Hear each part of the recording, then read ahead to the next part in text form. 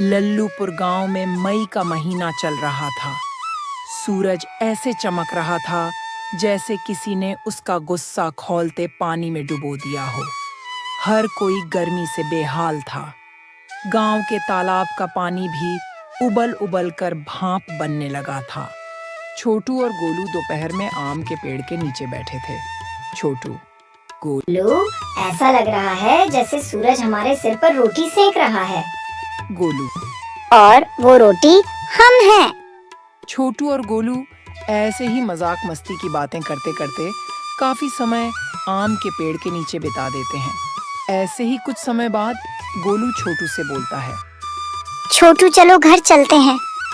मुझे बहुत ही ज्यादा प्यास लगी है और थोड़ी बहुत भूख लगी है।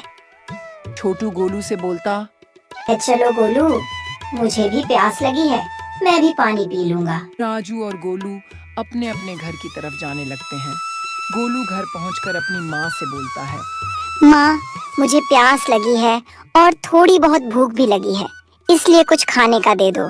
गोलू की माँ गोलू से बोलती है, गोलू बेटा, कुछ देर सब्र करो, कुछ देर बाद खाना बनाऊंगी। अभी खाना बना नहीं है, तुम तो जानते हो इस बार गर्मी कितनी तेज है कि ऐसे ही इतनी गर्मी है। ऊपर से आग के पास जाते ही ऐसा लगता है कि हमें जलाकर भस्म कर देगी। छोटू के घर का भी यही हाल था। छोटू की माँ भी गर्मी से बहुत परेशान थी और वह छोटू से यही सारी बातें कर रही थी। कुछ समय बाद शाम के वक्त छोटू और गोलू फिर से तालाब के करीब मिलते हैं। गोलू छोटू को बताता है कि गर्मी की वजह से घर में कितनी सारी परेशानियां हो रही हैं। छोटू भी बताता है कि मेरे भी घर का हाल ऐसा ही है, सभी परेशान हैं गर्मी से। छोटू और गोलू कुछ देर ऐसे ही अपने घर की हालत और गर्मी के बारे में चर्चा करने के बाद घर की तरफ वापस आने लगते हैं। घर की तरफ आते हुए छोटू और गोलू रास्ते में देखते हैं कि एक इंसान जमीन पर गिरा है। छोटू और गोलू उसे इंसान को जैसे तैसे होश में लाते हैं और उसे पानी पिलाते हैं। इसके बाद छोटू और गोलू और व्यक्ति से पूछने लगते हैं, आप कौन हैं और यहाँ पर आपकी ऐसी हालत कैसे हुई? वह इंसान छोटू और गोलू को बताता है, मैं एक व्यापारी हूँ और मैं इस जंगल की तरफ से शहर की तरफ जा रहा था। कुछ देर पहले मेरा पानी खत्म हो गया। इतनी गर्मी की वजह से मुझे चक्कर आ गया और मैं गिर पड़ा। इतना कहकर वह व्यापारी अपने रास्ते चला जाता है। फिर छोटू और गोलू दोनों घर आ जाते हैं। कुछ दिन ऐसे ही बीत जाते हैं। गांव में गर्मी दिन ब दिन बढ़ते ही जा रहे थे, मानो किसी को खा जाएगी। गर्मी काम होने का नाम नहीं ले रहा था। गांव के लोग इस गर्मी से परेशान हाल हो चुके थे। दिन ब दिन गांव में गर्मी बढ़ती ही जा रहे थे। गांव के तालाब, नदी, कुएं सभी सूखते जा रहे थे। गांव में पानी का नाम व निशान खत्म हो रहा था। गांव के सभी लोग गर्मी और पानी की कमी की वजह से काफी चिंता में रहते थे। गांव के तालाब और कुएं सूख जाने की वजह से गांव के लोगों को पानी की बहुत किल्लत हो रही थी।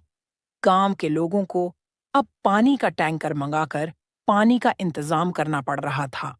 ऐसे ही एक दोपहर को गांव के सभी लोग पानी के टैंकर का इंतजार कर रहे थे। काफी देर इंतजार करते करते गांव के लोगों की आस टूट चुकी थी।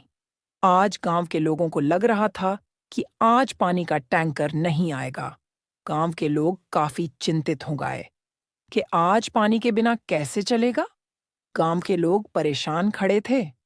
उसी वक्त छोटू और भोलू उधर से खेल कर आ रहे थे। छोटू और भोलू गांव के सभी लोगों को निराश खड़े रहते हुए देखते हैं तो उनसे पूछने लगते हैं, क्या हुआ? आप सभी लोग इस तरह क्यों निराश खड़े हैं? इतने में ही गांव की एक व्यक्ति उनसे बोलते हैं, बेटा, तुम तो जानते हो, हमारे गांव में गर्मी की वजह से पानी खत्म हो चुका है। सभी तालाब हुए सूख चुके हैं। हम लोग टैंकर से पानी भरते थे, लेकिन आज पानी का टैंकर भी नहीं आया। हम लोग अब कैसे पानी का इंतजाम करेंगे? गांव के लोगों की इस परेशानी को सुनकर गोलू उन सभी लोगों से बोलता है, आप सभी लोग चिंता मत कीजिए। हमारे घर के कुएं में थोड़ा सा पानी बचा है। आप लोग चलिए और उसे थोड़ा थोड़ा ले लीजिए। भोलू की बात सुनकर गांव के सभी लोग भूलों के घर पर चले जाते हैं। गांव के सभी लोग भोलू के घर का पानी मांगते हैं, लेकिन भोलू की माँ पानी देने से साफ मना कर देती है। भोलू अपनी माँ से बोलता है, क्या हुआ माँ? आप इन सभी लोगों को पानी क्यों नहीं देना चाहती है? यह सभी हमारे ही गांव के लोग हैं। अगर हम उनकी मदद नहीं करेंगे तो कौन करेगा? यह सभी एक ही गांव के हैं और हम भी। भोलू की माँ भोलू को बताती है, तुम्हें पता नहीं है भोलू बेटा, कुछ साल पहले जब तुम बहुत छोटे थे, गांव में कुछ खरीदार आए थे जो हमारे गांव के आसपास के सभी छोटे छोटे जंगलों को काटकर उनकी लकड़ियों को लेकर चले गए।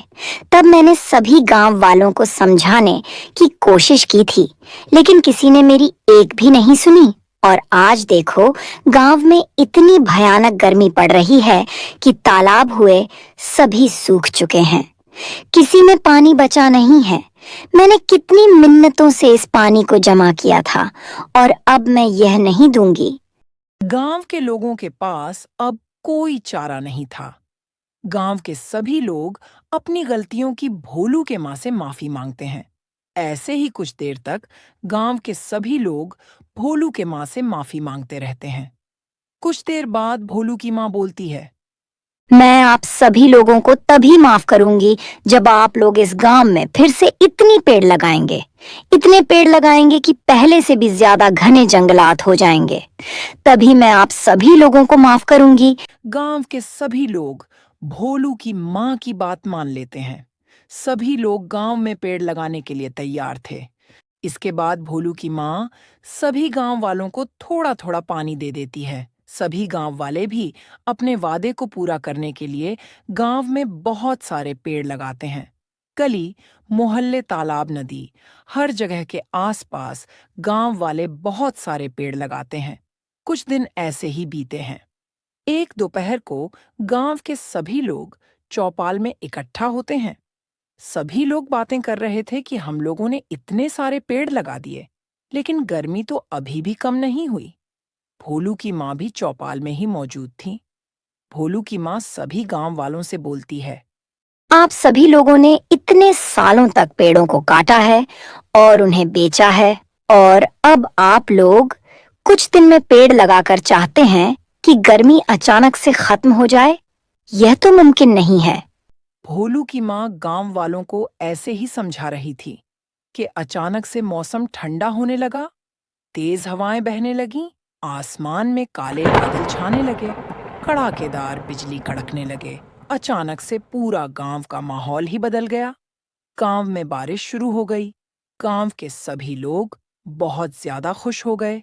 सभी लोग मिलकर बारिश का आनंद लेने लगे। बारिश के पानी से नदी, नाले, तालाब सारे के सारे भर गए। गांव के लोगों को अब किसी चीज की भी दिक्कत नहीं थी। गर्मी भी कम हो गई। गांव के लोग आभासी खुशी रहने लगे।